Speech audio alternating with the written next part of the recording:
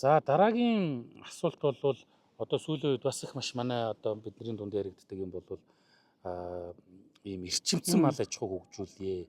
Нүүдлийн мал аж ахуй хоцрогдсон бүдүүлье. Ямар ч эдийн засгийн ашиг алгаа. За эрчимжүүлье. За магадгүй одоо өөр Монгол шиг ч юм уу газрыг хөвчлээд ингээд нэг газрыг малчтад өгөөд ингээд нэг юм фармерын аж ахуй те фермийн аж ахуй гэж манай тэгээд хөгжүүлье гэж ингэж яриад байна. Энэ одоо ер нь манайд хэр тохирох бодлого юм бэ? Тий, миний бодлоор би бас энэ нүүдэлчний хөдөөний аж ахуй олон жил судалгаа хийж байгаа. Хүмүүсийн амжиргаа ямар байна би бас маш их гүнзгий судалгаа хийж байгаа тий. Тэгээ миний бодлоор ерөнхийдөө яг нүүдэлчний аж ахуй маш их чухал байна. Хамгаалах хэрэгтэй, хаачлах хэрэгтэй. Тэгээд газар хашаатай болоод тэгээд мал нөөхгүй зүгээр нэг газар байж байгаа. Сүрэн газар юм шиг болвол бас сайн биш байна. Малд сайн биш. Жишээ нь мал хөддөггүй газараас нүүддэггүй бол бас их заваан болно тий. Баашээсэн дөөдөр амьдрын. Тий. Тэгээд бас Америкт олон хүмүүс бас тэр бүтээцээс гармаар байна. Яг үнэндээ Монгол фармын аж ахуй эрхэлдэг Америкчууд өөрсдөө тийм биш болмоор байгаа юм шүү дээ. Тийм биш. Айвал байгальтай хэлтэй, эрүүл мэндтэй хэлтэй, гой мах, гой сүү, цагааны дэ бас боловсруулмаар байна. Тэгээ тийм нар өөр газар за Монгол ямар байна? Бараг Монгол шиг жоохоноор болж байгаа. Мэдээж маш том ферм байгаа. Тий, гэхдээ хүмүүс маш их шүмжилж байгаа. Тэр бас өөр амьсгалыг урьдчилж нөлөөж байгаа гэж магадгүй. Тэгээд амьтны амьдрал маш тэр яс үе бас дотор нь муухай хадгалаад байдаг тий ферм дотор гарахгүй. Тэгээд нөгөө нэг ургам одоо grass fed буюу одоо энэ ургамал идсэн нөгөө бэлчээрийн малын махан үнэтэй нөгөө free range бэлчээрийн дахиад гэх юм уу тэр чинь. Би нар яг англиар regenerative agriculture гэдэг. Regenerative. Яг монгол шиг одоо мал нэг газар байгаа тэгээ нүүн тэгээ тэр будсан газар regenerate болно. Дахиж ургана. Дахиж ургана. Өвсөн гарна. Тий. Тийм учраас одоо ерөнхийдөө хүчний бүтээц бол яг тэр ферм том олон малныг хашаагийн дотор амжиж жоохон хүчний бүтээц. Жоохон like тий одоо ирээдүйд юм биш. Яг бол би нар өөр байх хэрэгтэй. Хараа сонсч гэнэ үү?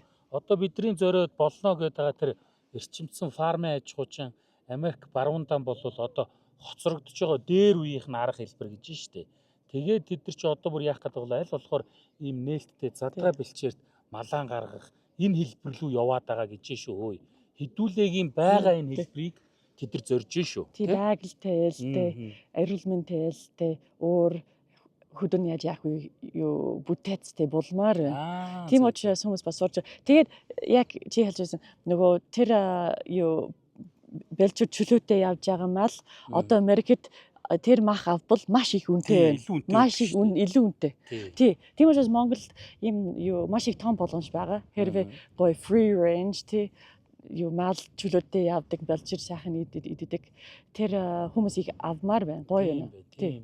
Тийм учраас бас тэр маш том эдийн засгийн холбоотой маш том болж. Хоёрдугаар юм бол Монголын соёл яс оншил холбоотой бол нүүдэлчин хөдөөний аж ахуй. Тэгээд тэр бас байхгүй болов тэгээд яах вэ? Тий. Тэгээд тэр маш чухал соёл байгаа. Бүр олон бараг 800 900 бараг мянган жил явж байгаа хөдөөний жил явж байгаа бидний уламжлалт соёл тий. Тийм учраас бас тэр сайхан хатлах хэрэгтэй, ойлгох хэрэгтэй. Ерөнхийдөө яагаад хийж байгаа бас нэг шалган байна тий. Харин би бас их гайхаад байдаг. Одоо жишээ нь ингээд яг монголчууд шиг юм нүүдлийн мал аж ахуй эрхэлж байгаа бид нар шиг юм нүүдэлчүүн дэлхийд дээрээс нэг хэдхэн сая байна штэ. Тий хэдхэн сая байна. 10 хүрэхгүй сая. Бидрийг ялгаатай бусдаас ондоо болгож байгаа гол зүйл штэ. Гэтэл нэг дахиад ингээд нэг амбарт хийж гэдэг ч юм уу одоо мэдхгүй муухагаар хэлвэл тий ингээд хийжээдэг нэг үхэр ингээд нэг саалтураар саадаг гэдэр хүн чинь бидрээс хэдэн сая уутгартай штэ. Айгүй их байна штэ. Бараг хүн болгонд тэгж юм тий. Гэтэл тэрнээс бидрийг ялгаруулж байгаа өөр онцгой болгож байгаа одоо нэг брэнд гэж яриад байдаг юм чи бусдаас онцгой ялгаатай байх юм л нэр юм биш үү. Тэгэх юм бол бидний брэнд ялгаатай болгохын гол зүйлчил одоо энэ нүүдлийн ахуйн амьдрал байх шиг санагдах юм. Тий. Яг нөгөө яс үедтэй мах тий ethical тий яс үедтэй сүү яс үедтэй мах Хүмүүс ийм юм идмээр байна. Тийм учраас бас юу Америкт Европ олон хүмүүсээр юу цагаан юу хоол идэж байгаа болж байгаа. Зүгээр за энэ мах амар нөгөө фермер юу боловсрдог мах муухай байна. Нөгөө мал их муухай амьдралтай байна. Тэгээд тэр өвчтэй их байна. Малын өвчтэй их болдог. Тийм учраас зөндөө тарэ хийгээ тэгээд тэр тэжил мэжил ямар байна хиймэл юм өгдөг байж магадгүй. Тийм шалтгаанаас болж цагаан хоолтон болж байгаа хүн бас зөндөө идэв бас байгаа тий. Тий. Тэгээд арай л гоё юу байгаль л дээ. Ерөн мэндэ л дээ. Яг Монгол байгаа юу нүрэлчэний яаж яах вэ шиг болгол тэгээд хүмүүс бас тэр мах идмээр байна. Сүү идмээр бас өмөр байна тий. Тэгээ хоёрдугаар юм бол цагаан Монголын яг уламжлалын цагаан идэ бас маш том онцлог байна тий. Тэгээд бас судалгаа бас санаа хооллын судалгаа гарсан байна. Эрүүл мэнд нь маш сайн байна. Тэгээд тэр жишээ нь юу айраг тэгээд тариг ундаа таригны ундаа тэгээд дараа нь 10 болно тий. Тэр бол нэг нөгөө хүний биед маш гоё бактери яаж л амьд бактери тий. Тэгээд тэр маш их баруун чинь амьд бактери гэдэг юм цаасан хийц юм уугаад байна шүү дээ. Тий. Эсвэл тэр сүг бол бүх сайн бактериал алдна тий. Тэр байхгүй болон тэгээд цэвэрлсэн байдаг тий. Тийм учраас тэр бас юу маш гоё сайхан байна. Гэхдээ асуудал нь бол одоо засгийн газар яг нүрэлжний яах вэ амьдрал дэмжихгүй учраас тий ийм том боломж алдаж байгаа. Яг миний бодлоор байхгүй шүү дээ. Онцлог бодлого тий. Байхгүй. Тэгээд мал бүтээгдэхүүнийг тгий гэсэн тий. Гэхдээ тэр мурдуу малчин хүмүүс өөрөө шийдэж байгаа. За бид нэр айрыг зарна тий. Таны судалгаа яг энэ талд байна тий. Эсвэл за тэмээний сүү зарна. Эсвэл гой юм хийн тэгээд зарна. Тий ааруулмаар тий. Малчин өөртөө яаж юу гоё амьдрах вэ? Яаж гоё амжиргаатай бол шийдэж байгаа.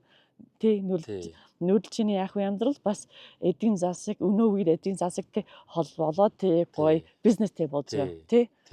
Тэгээд юу хэрвээ бодлого бас гоё байсан бол илүү гоё боловсрол болно тий. Тий шүү дээ. Ингээл малч чи мэдээж тархаа юм тэнд амьдарч байна. Нэгдсэн нэг бодлогоор сайхан зохион байгуулсан гэдээд тий. Онцлог сонирн болгоод ингээд явуул. Тэгээд бас боломж их байна. Тийм учраас бас асуудал нь бол юу бодлого данд нөгөө тийш явж байгаа. Сүрэн ааж яах юм шиг тийшээ явж байгаа тий. Одоо ерөөсө тэр бодлого бол байх шиг байна. Ингээл эрчимж суурин бол гэсэн шинжтэй одоо сүүлдээ өвөр Монгол шилжүүлэх юм уу. Гэтэл тэрний биш. Тэрий чи хийгээд алдсан газар зөндөө шүү дээ. Чинь өвөр Монгол бол алдчихад байна тий. Тэгэх биш харин чи энийгээ энэ байгаагаа улам явуулах тийм үү? Тий, энэ брэнд болно. Нүрэлжний брэнд юм шиг болно. Монгол брэнд тий. Монголын онцлог. Тий. Тэр бол бас маш сайхан шүү дээ гэж бодож байгаа. Тэгээд боломж их байна. Тэгээд олон хүмүүс бас магадгүй хөдөө холбоотой тэр ааж яах үе холбоотой ажил хийн тий. За тэд нар малчин байх хэрэггүй гэдэг малчинтэй холбоотой магадгүй за машин барин юм уу эсвэл юу маркетинг хийх, реклам хийх гэж лого хийх тий. Тэр бас олон тусдаа салбар байгаа. Малч яаж яах вэ холбоотой салбар байгаа тий. Тэгээ тэр юу нүрэлжний хөдөөний яаж яах вэ салбар боловсрол бол олон тусдаа юу хажууд туслаж байгаа салбар бас гарна тий. Тэгээд тэр бас маш сайхан эдийн засаг сайхан тий. Одоо зүгээр уул уурхай эдийн засаг дэмж байгаа. Ер нь бол яг гэхдээ нөгөө эдийн засаг утгаараа бол энэ мал аж ахуйн салбар гэдэг чинь маш олон хүнийг ажлын байраар хангаж байгаа. Одоо үйлчлэгээний салбарын дараа орох тий. Уул уурхайгаас ч их хүнийг ажлын байраар хангадаг ийм том салбар шүү дээ. Тэр салбарыг бол манай зарим эдийн засагч нар улс төрчид төр бол үзэн ятах гэдэг хандлагатай байдаг. Би бол одоо эдийн засгийн үүднээс бол их жаахан буруу ойлголт болов гэж боддгоо. За яг саяны ярьсангаа жаахан товч ярихад бол за тэр фармын аж ахуй, суурин аж ахуй гэдэг байгаа чинь бол Америк баруундан бол ерөн хоцрогдож байгаа ийм төрлийн хэлбэр ягаад гэвэл өнгөрсөн зуунаас эхэлж хийсэн. За одоо бол тэр Америк барууныхан ямар чиглэл рүү яваад байгаа гэхээр манай Монгол шиг юм задгай бэлчээрт мал дахиахыг ч гэсэн оруулж байгаа шүү те гэж маллаж тэндээсээ үр шим гаргахыг за тэгээд ёс зүйтэй мах, ёс зүйтэй сүү гэдэг гэж мал амтныг зовоож, тарчлааж, олноор нь нар салхи үзүүлэхгүй баа шээсэнд нь амьдруулж гаргаж авдаг бүтээгдэхүүнийг биш ингэ чөлөөтэй дураараа байсныхан дараа гаргаж авдаг ийм материалын төлөө одоо ингэж зорж явж байгаа. Ер нь хэдхэн жилийн дараа ийм болох шинжтэй байгаа юм байна шүү. Тэгэхээр бид нар одоо ямар зүг рүү бас зорж байгаа гэдгийг анзаарч харах хэрэгтэй юм байна гэж энэ хэсэг яриагаа дүгнэе да.